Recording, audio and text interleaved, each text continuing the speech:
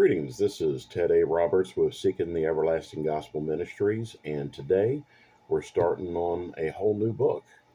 Of course, this one is New Jerusalem, the Mother of Us All. And unfortunately, I thought I had a handheld copy of my book, but I don't. So I'm going to be reading from the computer today.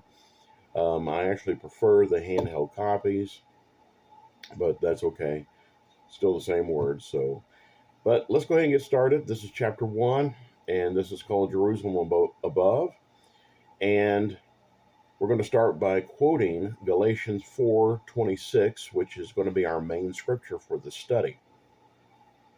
And it says, "But Jerusalem which is above is free, which is the mother of us all."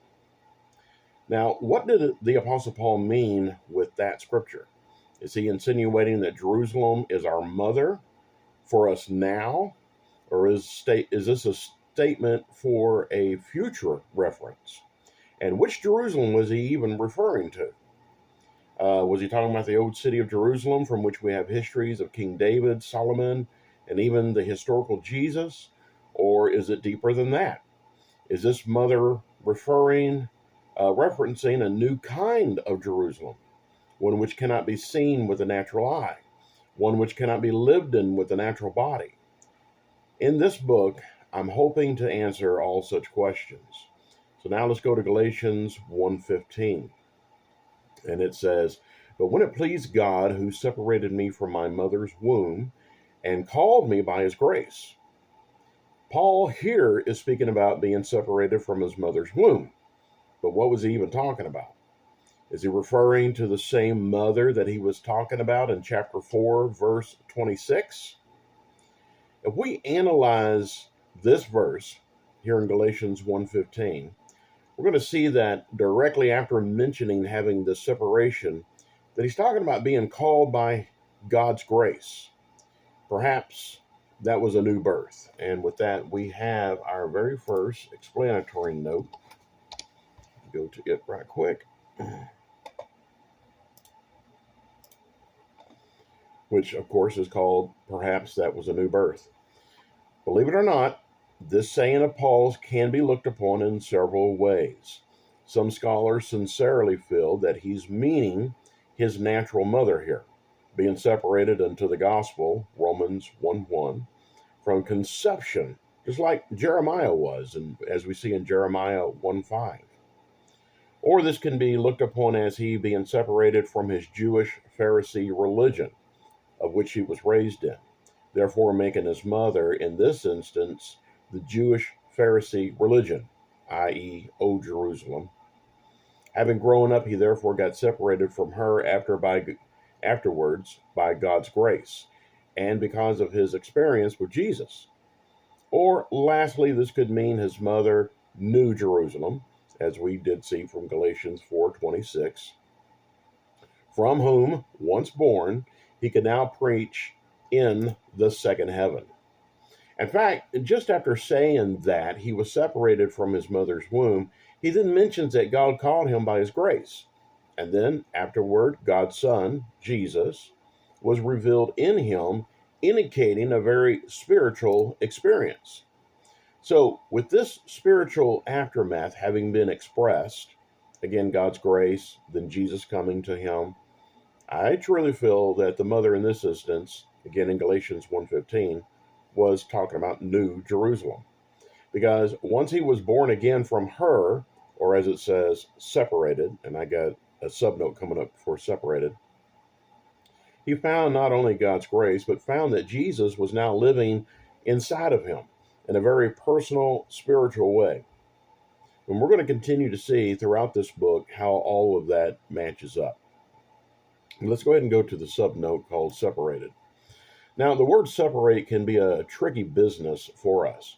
But before getting into the pros and cons of what this could mean in our scriptural reference, let's first define the Greek word, which was translated as separated.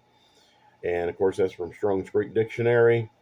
They were published in 1890, and of course, they're public domain. Means to set off by boundary, that is, figuratively, limit, exclude, appoint, etc. Divide, separate, sever. In my own interpretation of Galatians 1:15, this definition doesn't really seem to fit.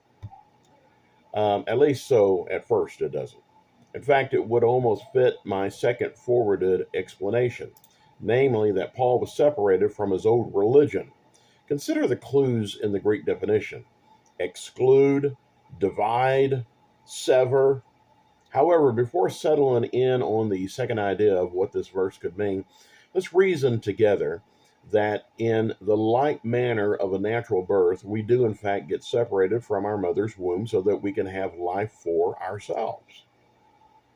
Therefore, we could say in that instance that being separated is just another way of saying delivered. And that can be true enough, except for the fact that our Greek definition does not seem to be pointing into that direction.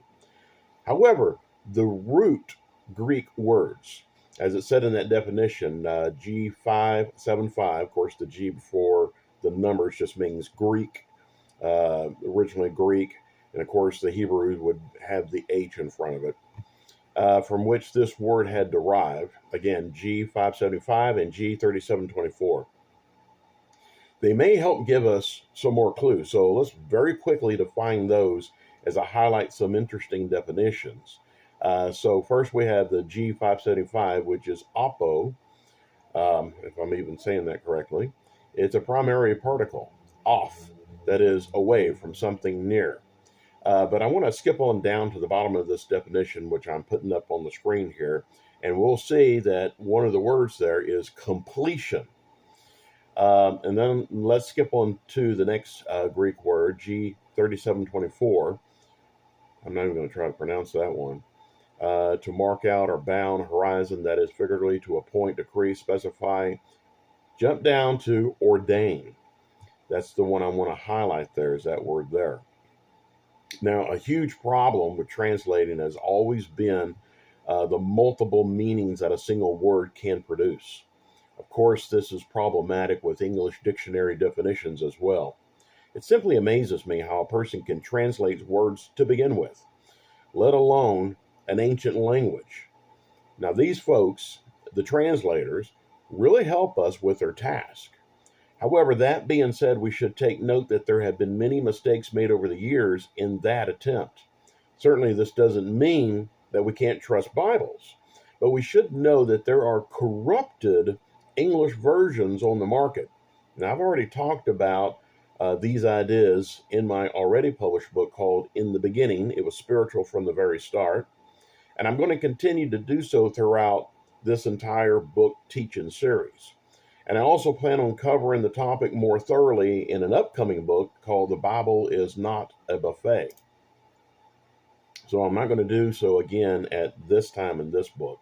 But I'm going to say that an acceptable English can be found, and one which has been ordained by God. In fact, I'm going to say briefly that the right track was already founded in the early 1500s AD with the godly ordination of a single man, William Tyndale, whom, by the way, also uses the word separated in his translation, of which we must take note the King James translators made approximately 80 to 90% usage of. That is, using Tyndale's wonderful translation as a model for their own task nearly 100 years afterward in AD 1611. Of course, and as one can tell, I rely upon William Tyndale's initial efforts and of those who followed his course of translating for my own studies, namely the King James Version translators, J.P. Green Sr.'s literal translation, and of James Strong's extremely helpful dictionary meanings. Anyway, and in consideration of the two root words from which our main Greek word had derived, I'm going to say that the two words that I highlighted in those definitions, completion and ordain, can certainly be taken into account when considering a proper meaning. As in being separated from his mother's womb, it represented a completion, as in being born a second time, and as in being ordained by God for the task before him, which can certainly fit and of which can help us see how, after being delivered from New Jerusalem, he was ready to set out on his ministry and preach a solid gospel message. However, and despite all my efforts here, I will certainly admit that the passage remains a bit obscure. That is Galatians 1:15, and of what Paul really meant by his wording. The funny thing is, at the end of the day, and of the three forwarded suggestions can actually match up. How could he could have been ordained since natural conception? I'm certainly not against such a notion, as I will tackle that issue in future book projects. Or he could have been ready for the gospel once he was separated from his old mother, that is, away from Old Jerusalem, and that now being free and separate, he could go and preach a New Testament message.